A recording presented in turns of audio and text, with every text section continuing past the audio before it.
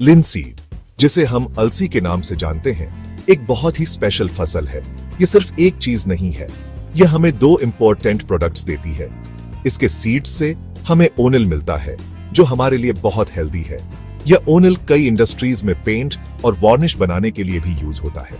पर बस इतना ही नहीं है। लिनसीड प्लांट के स्टेम से हमें स्ट्रॉन्ग फाइबर्स मिलते हैं। ये फाइबर्स हाई क्वालिटी लिनन कपड़ा और मजबूत रस्सियां बनाने के लिए यूज होते हैं। यह लिनसीड को एक ड्यूल पर्पस क्रॉप बनाता है।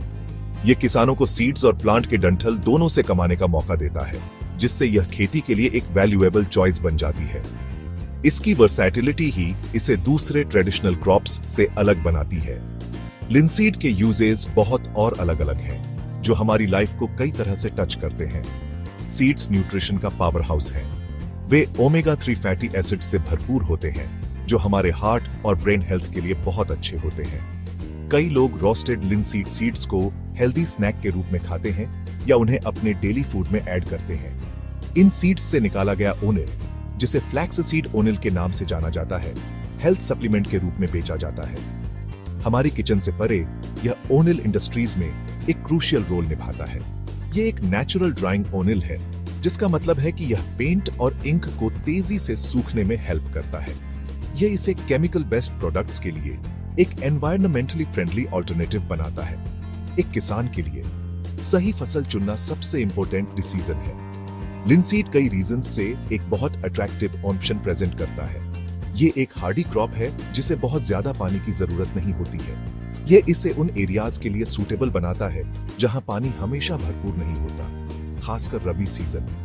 यह कई अलग अलग तरह की मिट्टी में अच्छी तरह से उग सकता है, क्योंकि यह ऑयल सीड्स और फाइबर दोनों प्रोवाइड करता है। यह किसान की इनकम को डाइवर्सिफाई करता है। सिर्फ एक प्रोडक्ट पर डिपेंड रहने के बजाय किसान एक ही खेत से दो अलग अलग चीजें बेच सकता है। यह फाइनेंशियल रिस्क को कम करता है, जो अक्सर फार्मिंग के साथ आता है। एक स्मार्ट किसान हमेशा ऐसे मौके ढूंढता है। लिनसीड कल्टीवेशन के बारे में सोचना सस्टेनेबल और प्रॉफिटेबल फार्मिंग की दिशा में एक कदम है। हेल्दी फूड और नेचुरल इंडस्ट्रियल प्रोडक्ट्स की डिमांड हर दिन बढ़ रही है। लिनसीड इस बदलते मार्केट में पूरी तरह से फिट बैठता है। जैसे जैसे ज्यादा से ज्यादा लोग फ्लैक्स सीड्स के हेल्थ बेनिफिट्स के बारे में अवेयर होते जाएंगे, उनकी मार्केट प्राइस बढ़ने की पॉसिबिलिटी है। इसी तरह लिनन जैसे नेचुरल फाइबर्स की डिमांड भी बढ़ रही है। लिनसीड की खेती करके किसान सिर्फ एक फसल नहीं उगा रहे हैं, वे एक मॉडर्न नीड को पूरा कर रहे हैं। यह इंश्योर करता है कि उनके प्रोडक्ट का एक रेडी मार्केट होगा और उन्हें अच्छी प्राइस मिलेगी, जिससे उनकी लाइवलीहुड सिक्योर होगी और उनके फैमिलीज में प्रॉस्पेरिटी आएगी। एक सक्सेसफुल लिनसीड क्रॉप की जर्नी मिट्टी से शुरू होती है।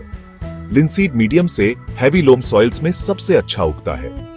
सॉइल में अच्छी ड्रेनेज कैपेसिटी होनी चाहिए, क्योंकि वाटर लॉगिंग से प्लांट्स को नुकसान हो सकता है। एक क्ले लोम सॉइल, जिसका न्यूट्रल पीएच 6.5 से 7.5 के बीच हो, इस क्रॉप के लिए आइडियल माना जाता है। सोइंग से पहले फील्ड को अच्छी तरह से तैयार करना चाहिए। सॉइल को फाइन और सॉफ्ट बनाने के लिए इसे 2 या 3 बार प्लाउ करना चाहिए। यह प्रोसेस वीड्स को हटाने में हेल्प करता है और प्लांट की रूट्स को डीप और स्ट्रॉन्ग बढ़ने देता है।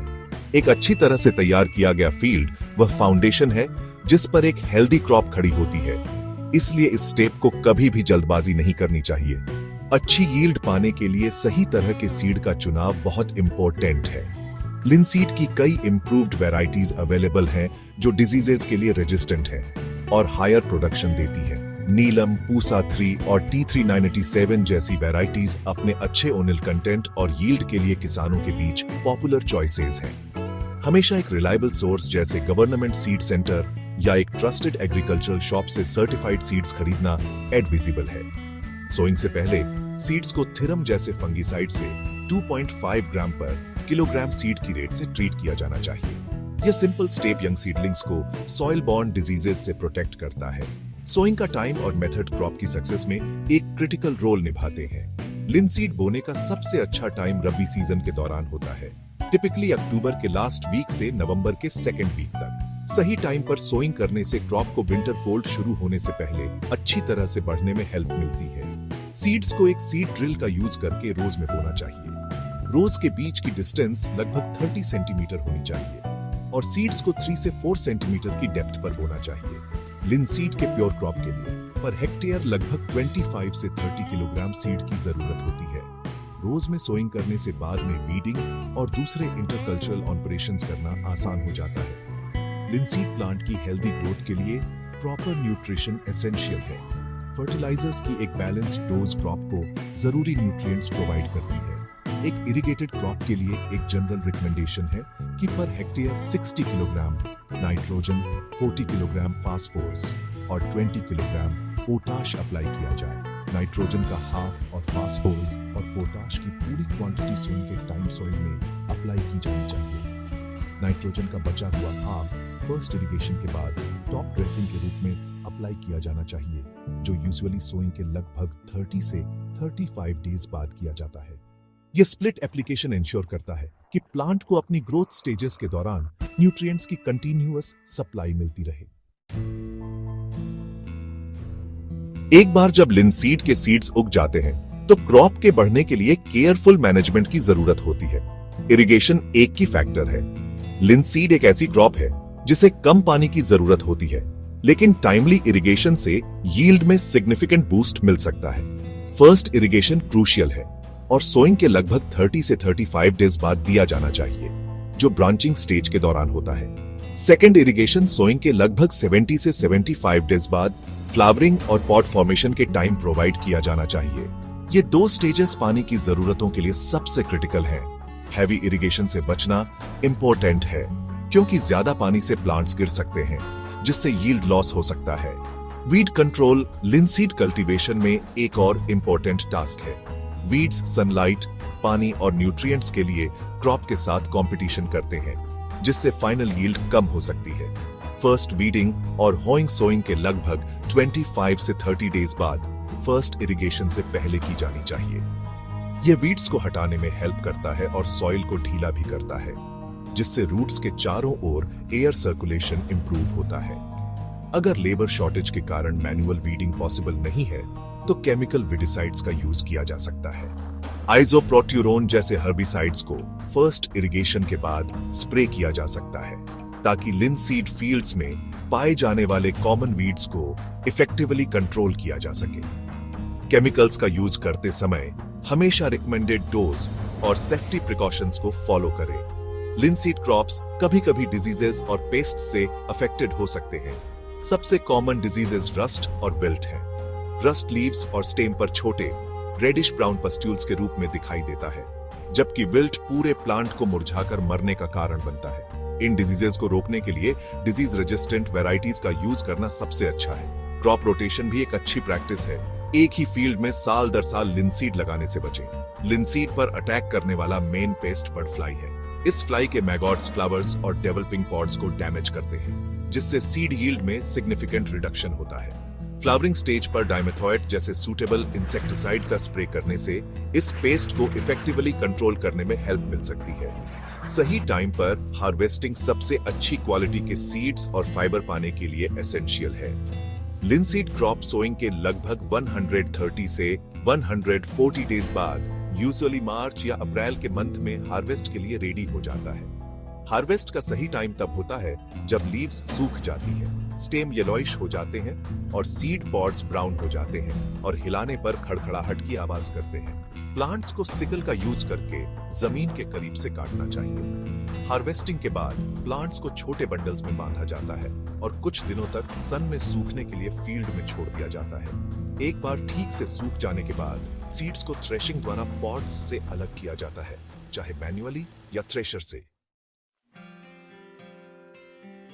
एक किसान के लिए क्रॉप की सक्सेस का असली माप उसकी यील्ड और उससे होने वाली इनकम है। अच्छी एग्रीकल्चरल प्रैक्टिसेस के साथ एक किसान लिनसीड क्रॉप से अच्छी हार्वेस्ट की एक्सपेक्टेशन कर सकता है।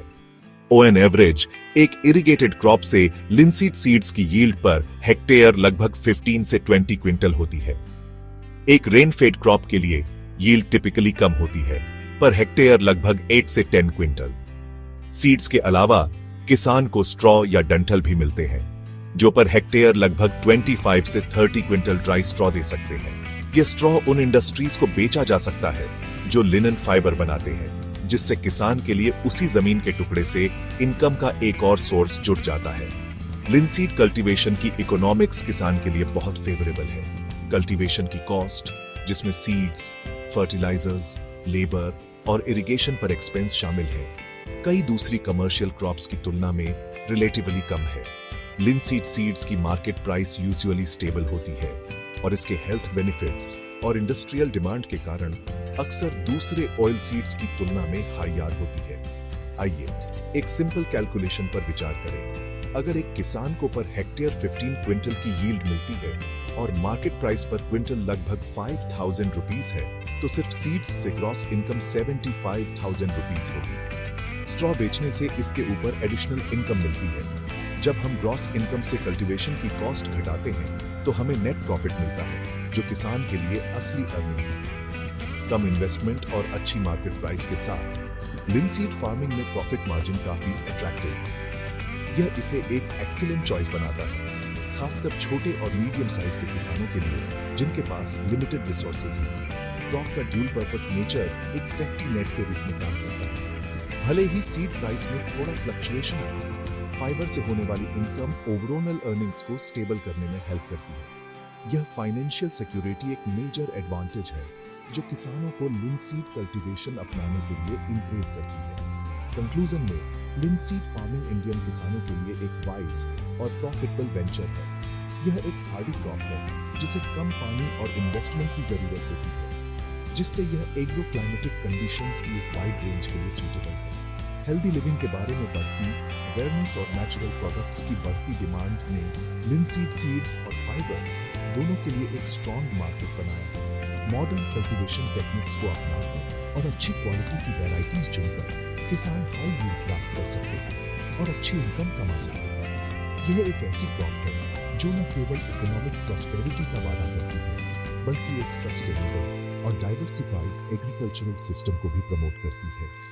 हम अपने किसान भाइयों को आने वाले रबी सीजन के लिए इस गोल्डन क्रॉप पर विचार करने के लिए इंकरेज करते हैं।